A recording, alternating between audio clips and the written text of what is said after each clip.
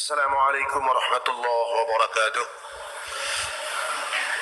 Sidang jamaah subuh kaum muslimin dan muslimat serta para pendengar di mana saja berada, marilah sama-sama sambil kita berniat beriktikaf di dalam masjid, kita mendengarkan halqah subuh yang insyaAllah di subuh yang berbahagia ini akan disampaikan oleh salah seorang imam rawatib kita, yaitu Al-Mukarram Al-Ustadz Haji Munawwir Darwis LCMA.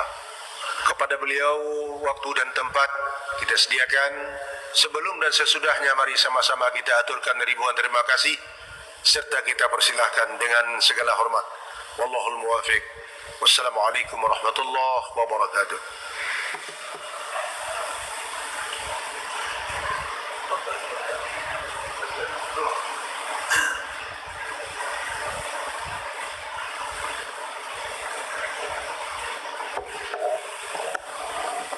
Bismillahirrahmanirrahim. Assalamualaikum warahmatullahi wabarakatuh. Alhamdulillahi rabbil alamin. Wassalatu wassalamu ala al-mab'uth rahmatan lil alamin. Sayyidina wa maulana Muhammadin wa ala alihi wa sahbihi ajma'in. Amma ba'd. Hadirin kaum muslimin sidang jemaah subuh yang dirahmati Allah Subhanahu wa taala. Syukur alhamdulillah kita panjatkan kehadiran Allah Subhanahu wa taala. Alhamdulillah pada subuh yang berbahagia ini kita masih dapat melaksanakan aktivitas kita, yaitu salat subuh yang kita tunaikan secara berjamaah.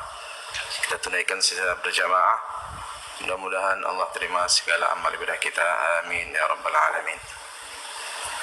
Hadirin berbahagia, marilah kita sejenak meluangkan waktu kita 15 menit barangkali kita mendengarkan satu dua potong ayat Allah Subhanahu wa taala. Mudah-mudahan memberikan manfaat, inspirasi kepada kita. Pagi ini insyaAllah kita akan berbicara tentang satu ayat yang terdapat di awal-awal Al-Baqarah, di awal Al-Quran. Kalau kita buka mushaf itu langsung ketemu. Bismillahirrahmanirrahim.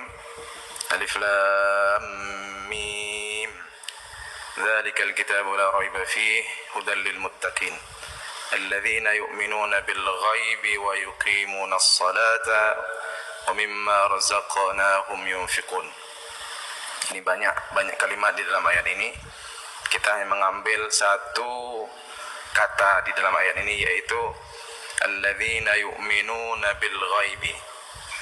Hadirin berbahagia, al-ghaib dalam bahasa kita sering kita tulis atau kita ucapkan gaib. Apa itu gaib? Gaib itu adalah dalam bahasa Arab sesuatu yang tidak bisa diindrai. Artinya alladzina yu'minuna bil ghaibi. Ghaibun itu dalam bahasa Arab adalah ma ghaba anhu al hawas. Artinya sesuatu yang tidak bisa diindrakan. Kalau indra kita ada 5, kelima-limanya tidak bisa dilakukan penginderaan. Tidak bisa dilihat, tidak bisa disentuh, tidak bisa dirasa, tidak bisa tidak bisa dirasa, didengar, intinya tidak bisa diindrai. Itulah yang disebut dengan ghaib. Dalam konteks ini, agama kita Islam ini sangat identik sekali dengan hal-hal yang sifatnya metafisik, ghaib ya. Misalnya tentang konsep amal soleh ya. Bagaimana kita percaya misalnya tentang amal soleh itu? Kita sholat subuh pagi ini misalnya, itu berangkat dari sebuah keyakinan bahwa apa yang kita laksanakan ini akan punya reward ya. Penghargaan itu abadi. Kita yakin atau yang disebut dengan fahala. Inilah yang disebut dengan keimanan. Gaib itu identik dengan keimanan.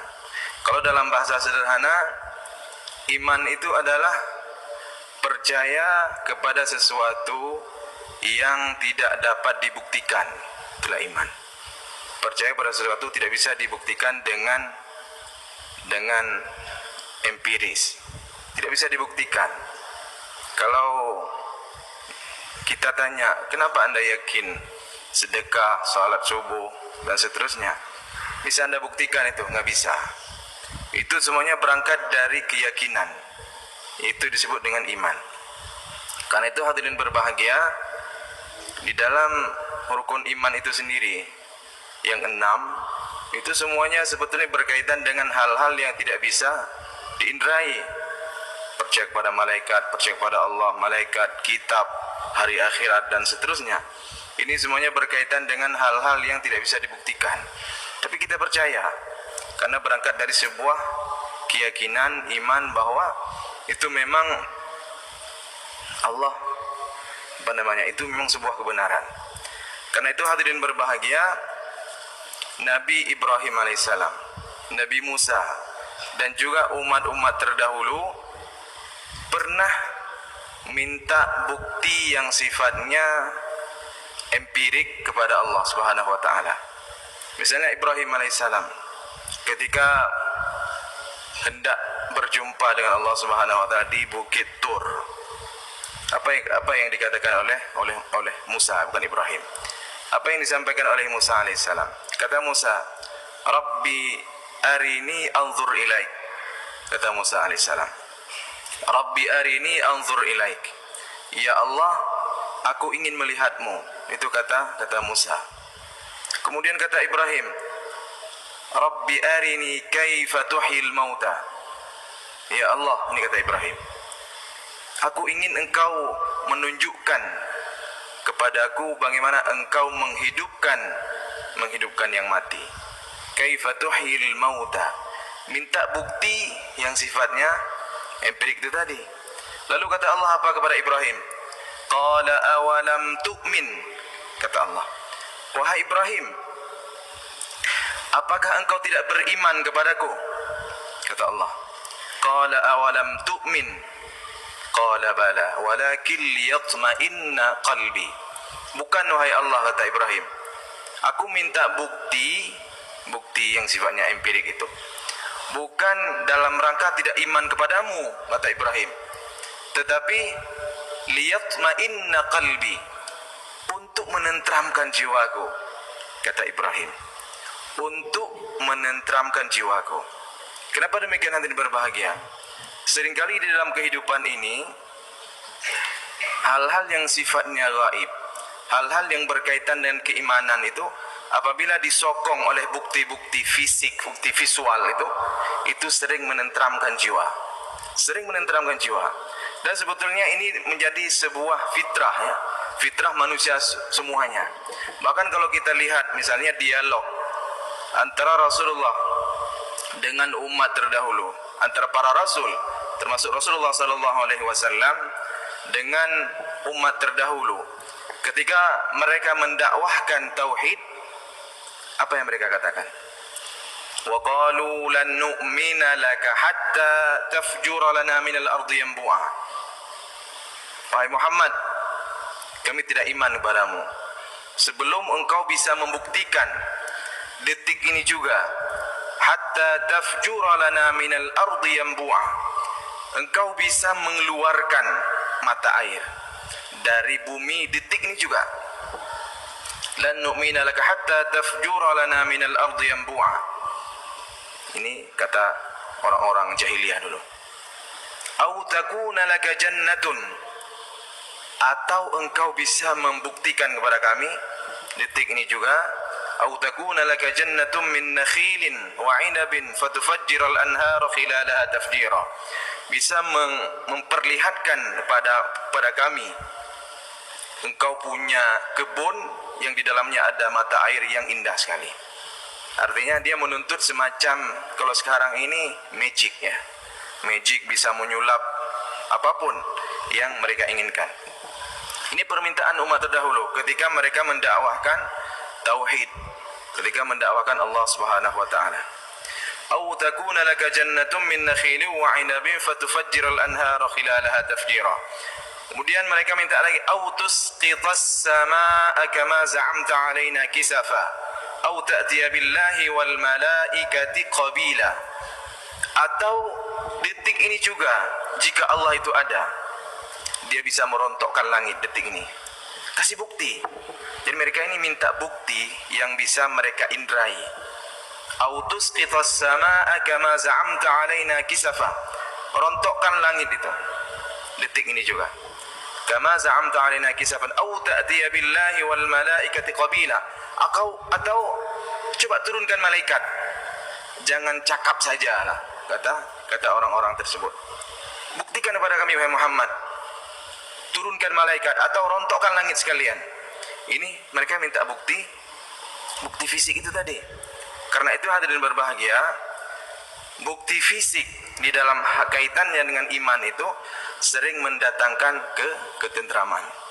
Karena itu di dalam banyak ayat Al-Quran, banyak sekali perintah-perintah Allah Subhanahu wa taala untuk kita selalu atau sering melihat alam semesta, memperhatikan, mengobservasi, meneliti dan sebagainya. Sehingga ada ayat, afala yanzuruna ilal ibili kaifa khuliqat. Kenapa mereka tidak melihat bagaimana binatang bernama unta itu diciptakan? Perhatikan. Jadi afala yanzuru ini bukan saja melihat sebetulnya, tapi meneliti, mengobservasi dan sebagainya. Afala yanzuruna ilal ibili kaifa khuliqat wa ilas samaa'i kaifa rufi'at. Bagaimana langit itu ditinggikan? Bagaimana langit itu ditinggikan oleh Allah Subhanahu wa taala atau diciptakan, dibangun. Wa ilas samaa'i kaifa rufi'at wa ilal jibali kaifa nusibat. Bagaimana gunung-gunung itu ditancapkan, diciptakan. Wa ilal jibali kaifa nusibat wa ilal ardi kaifa sutihat dan seterusnya. Ini merupakan perintah Allah kepada kita untuk memperhatikan. Karena memperhatikan ciptaan Allah Subhanahu wa taala itu seringkali mendatangkan atau menambah, menguatkan keimanan kepada Allah Subhanahu wa taala. Dan misalnya dalam ayat yang lain, awalam yanzuru fi malakutis samawati wal ard wama khalaqallahu min syai'in wa an 'asa an yakuna qad iqtaraba ajaluhum. Ada perintah begini, ada ayat begini. Mengapa mereka tidak memperhatikan kerajaan langit dan kerajaan bumi? Artinya bagaimana bumi ini Allah ciptakan dengan sangat detail, dengan teliti, sehingga tidak terjadi kekacauan. Setiap benda yang ada di dalam jagat raya ini berjalan sesuai dengan sistem, sesuai dengan sunnatullah yang telah diletakkan kepada benda-benda itu. Air mengalir dia, kemudian angin berhembus tidak terlalu kencang, kemudian planet-planet itu berjalan pada porosnya. Ini semua telah diberikan semacam hukum-hukum oleh Allah Subhanahu wa taala. Mengapa kita tidak memperhatikan? Hadirin berbahagia, barangkali inilah yang menyebabkan banyak orang yang kemudian memeluk Islam berawal atau mereka mengawali penelitian-penelitian. Ada orang yang masuk Islam misalnya karena meneliti tentang air. Ada orang masuk Islam gara-gara Fir'aun misalnya, meneliti kulit Fir'aun. Ada orang masuk Islam misalnya gara-gara meneliti kulit. Ada seorang dokter Thailand, dia meneliti tentang ayat tentang kulit yang ada dalam Al-Quran, masuk Islam. Nah ini dalam konteks kita orang beriman juga kita sangat dianjurkan untuk memperhatikan alam. Barangkali ada perasaan berbeda kalau misalnya kita duduk di pinggir laut, misalnya di sore hari misalnya. Ini ada satu perasaan bahwa kita ini kecil. Kita ini kecil sekali ketika melihat laut, ketika matahari terbenam di sore hari. Itu ada perasaan bahwa kita ini tidak ada apa-apanya. Muncul perasaan di dalam jiwa kita bahwa kita ini milik Allah Subhanahu wa taala. Tidak ada apa-apanya kita ini. Itu muncul apabila kita melihat, merenung atau duduk di tengah malam misalnya memperhatikan bintang-bintang di langit. Karena bintang itu hadirin berbahagia jauhnya barangkali jutaan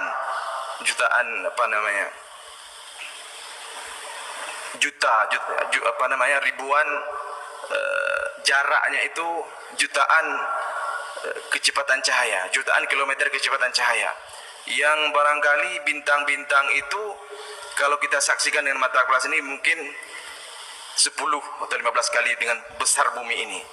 Jadi ketika memperhatikan bintang, memperhatikan bulan, memperhatikan matahari itu sering mendatangkan ketentraman. Itu bisa dirasakan oleh setiap orang. Bisa mendatangkan satu perasaan bahwa kita ini kecil, kita ini tidak ada apa-apanya, kita ini milik Allah, ada Tuhan, ada zat yang menguasai semesta raya ini. Oleh karena itu hadirin berbahagia, di dalam Islam keimanan itu identik sekali dengan hal-hal yang sifatnya metafisik. Artinya keimanan itu sesuatu yang tidak bisa dibuktikan. Tetapi iman itu bertambah ketika memperhatikan benda-benda, memperhatikan ciptaan Allah Subhanahu wa taala yang ada di langit dan yang ada di bumi. Barangkali inilah ceramah singkat pada semua yang berbahagia ini. Mudah-mudahan memberikan manfaat pada kita semua. Aqulu qawli hadza wa astaghfirullah li wa lakum. Wassalamualaikum warahmatullahi wabarakatuh.